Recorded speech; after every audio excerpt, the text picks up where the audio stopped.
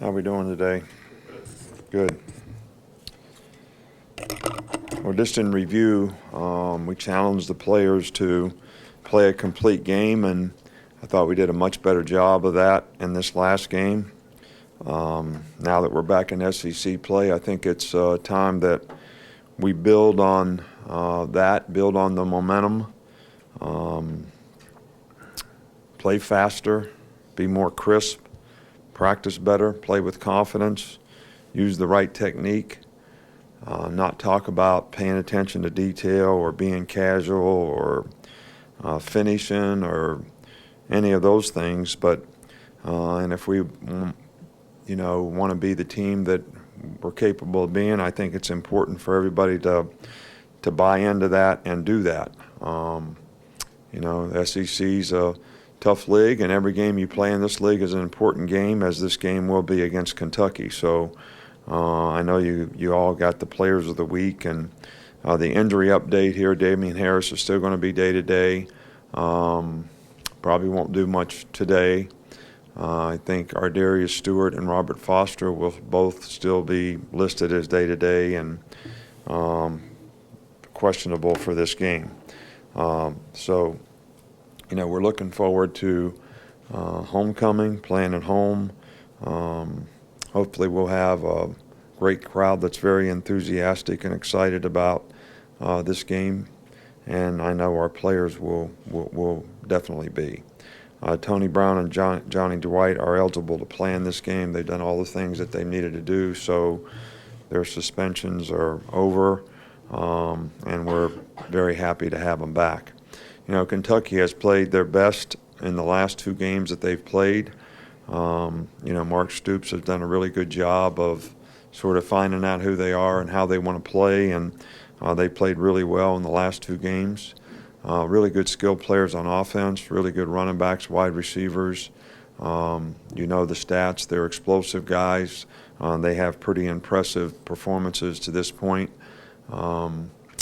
Quarterback has played well for him, even though he had to come in for the starter, and he's done a nice job, and they haven't really skipped a beat. Defensively, they definitely played their very best in the last game against South Carolina. Played much better on third down, got off the field. So this is a physical team that I think it's going to be really important that we start fast and play physical in this game, in all aspects of the game, because it's a very well-coached team, and I think they're playing really well right now. Starting the back with Cecil. Coach, to get away from this week's game for 1 second, a man you've coached against every year since you came back to Alabama, Les Miles, you won't be coaching against him this year, and I wondered what your reaction to that situation was. Well, first of all, Les Miles is one of the most respected colleagues in terms of the rivalry that we've had, the competition that we've had, the great teams that they've had. I kind of hate it that a man wins a national championship, wins two SEC titles, and doesn't make it through the season. It is what it is, but I have tremendous amount of respect for Les Miles, what he was able to accomplish there, the number of wins he had.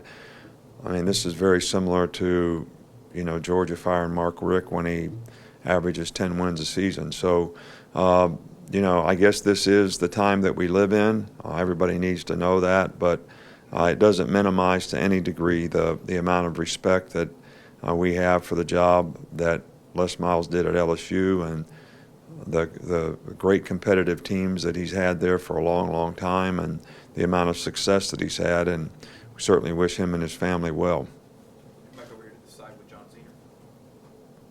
I wanted to ask you about Joshua Jacobs, just kind of when he got on your recruiting radar, and then also what's he done to kind of earn your trust and game time? Well, I think that we were searching last year and recruiting for running backs because we knew we had a little bit of a depth issue, losing the top two guys last year, Derek and Kenyon. So we found Josh a little late in recruiting, but we were happy that we were able to get him. We were very impressed with him, and I think that this is typically a guy that shows great maturity and understanding and very instinctive as a football player, and I think it shows up in his play and how he plays, and it certainly has showed up in how he's developed to be able to play. So hopefully, he'll continue to improve and get better, and he'll be able to be productive as we move forward. Stay on the side down front with Mark. Speaking of Tony Brown, now that he is back, how quickly can you work him into the game plan, and what could he bring to the secondary? Well, I think right now, Tony's got to work on, and I told him this, developing, trust in his teammates and the coaches, and he certainly has the ability to play. He's been an outstanding special teams player for us, so I think that's the first thing you'll see. And then, we'll work him back into the positions that he's played in the past, corner, star, and, see if he can, contribute in any way to make us stronger. I know it's going to add a little depth in an area where we don't have a lot of depth, so that'll definitely be helpful, but I also think it'll create some competition with some of the other players that may be helpful as well. Front left with Ken. Just wanted to ask you about Minka's progress from last year to this year, and just what his role is and how he leads that group in the backside. Well, Minka's last year did a great job for us. I mean, really showed tremendous amount of maturity for a freshman, a true freshman, to go in and play in a lot of the circumstances that he had to play in against a very good competition, and did a really good job. I think he's a lot more confident. I think he's knows his knowledge and experience is so much better. He knows exactly what's expected of him, and I think he's performed extremely well in all these games in the beginning of the season, and hopefully he'll be able to continue to improve and be a really good playmaker for us in the future. We're here with Aaron. Jonah Williams has been one of your players of the week 3 out of the 4 weeks. That can be a position that can be difficult to play well at as a young player. What have you seen for him through 4 games? Well, he's just technically very sound. He's very athletic. He's a very smart guy, and just does a really good job of executing. Another one of those guys that can take what you sort of coach him and bring it to the table and do it on a consistent basis. I think, he's a fine young man. Football's important to him. He's got a lot of pride in performance, and he's made a tremendous amount of improvement from the spring to the beginning of the season till now, and we certainly needed that at that position, and he certainly provided it for us. In the middle with Michael. How did Jalen Hurts look throwing the ball down the field on Saturday, and what does he still need to do to improve? Jalen did a nice job in the game. I still think it's a matter of, a couple reads here and there that we just need to clean up with him. I don't think there's anything physically wrong with the way he throws the ball, and each week he has gotten progressively better, and we've had less and less and less of, those types of things, which is the progress that we want to see, and hopefully, we'll be able to continue to build on. And I know it's very important to him. Works really hard, very conscientious, a really good person, good leader, well respected by his teammates, and nobody wants to get it right more than him, and that's why I think he'll get it right. Down here in front with Dwayne. Coach, obviously the defense has played stellar. Obviously the game against Ole Miss, they put up points, but they got defensive scores as well. Just your overall assessment of that unit, and did you expect them to play at this level this earlier in the season? Well, I guess that, the big question we had going into this season was how much depth do we have on defense? How would we be able to sustain the season? And I think in 3 games this year, the defense played really well, and in 1 game this year, we didn't play well at all. And I think that that was the most challenging game offensively we've had to this point because of the skill level of their players and their quarterback, and we didn't respond to it. And I think you have to respond every week to really be good. And when you have the big challenges, that's when you step up and play well. So, hopefully we can improve on that and play with more consistency is, basically what I would say. And Guys don't need to be getting casual about what they're doing. They need to bear down when we're playing the best teams. And obviously everybody we play here for the next long time that I see is pretty daggone good. In the middle with Kelly. Stoops today in his press conference talked a little bit about being recruited by you in high school. What, if anything, do you remember from that? Well, that was my recruiting area, and Mark played at Cardinal Mooney, and I think I was playing at Michigan State at the time. And you know, my history with the Stoops goes way back. You know, their dad was a defensive coordinator at Cardinal Mooney. Don Bucci was the head coach, who was a really good friend of mine there, and that was a great program. Bo Pelini, I recruited him when he was in high school, and then, you know, Mark came along, and all the Stoops guys went to Iowa, and Uncle Bob, who is still a good friend, was the coach at South High, where we recruited Garcia Lane to Ohio State. So there was just a lot of connections there with the family, and, you know, Mark was a really good player, and, you know, we really tried to get him, but we didn't.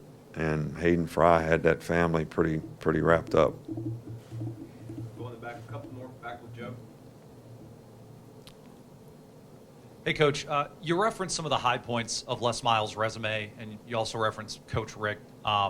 In both cases where these men lost their jobs, a lot of people have brought up what you've accomplished here at Alabama and how that's, in some cases, raised the bar, raised the expectations for a lot of coaches throughout the league. Do you think that's fair? Well, it's not really for me to say, you know, one way or the other. You know, we feel fortunate to have the kind of team here that we have at Alabama that's created an atmosphere and environment where our players have a chance to be successful personally, academically, and athletically, and I think we've created a lot of value for our players, and because of that, we've had some really good players, and those guys have competed well and played well, and we've had some great coaches, and I think because of the team that we have, from our administration to our athletic administration to the players and coaches that we have, all those things contribute. It's not just about, you know, who the head coach is, and I think that's why we've been successful, and you know, it's a challenge for us to continue to try to be successful, and I can't really comment on anybody else's standard for what they want to try to accomplish or what they want to try to do. Okay, we'll finish up right here with Alex. Talk about recruiting Mark, but what have you seen from him as a head coach? He's another one of those coaches that's kind of gotten a lot of heat from outside. What have you just seen from his coaching career there at Kentucky, and thoughts on him? Well, I think Kentucky has really good players, and all I know is they're a lot better now, and every year that I've seen them, they've gotten better and better and better, and so I think Mark has done a really good job. I know he works hard at recruiting. He's probably improved the players relative to what they're playing with on the field.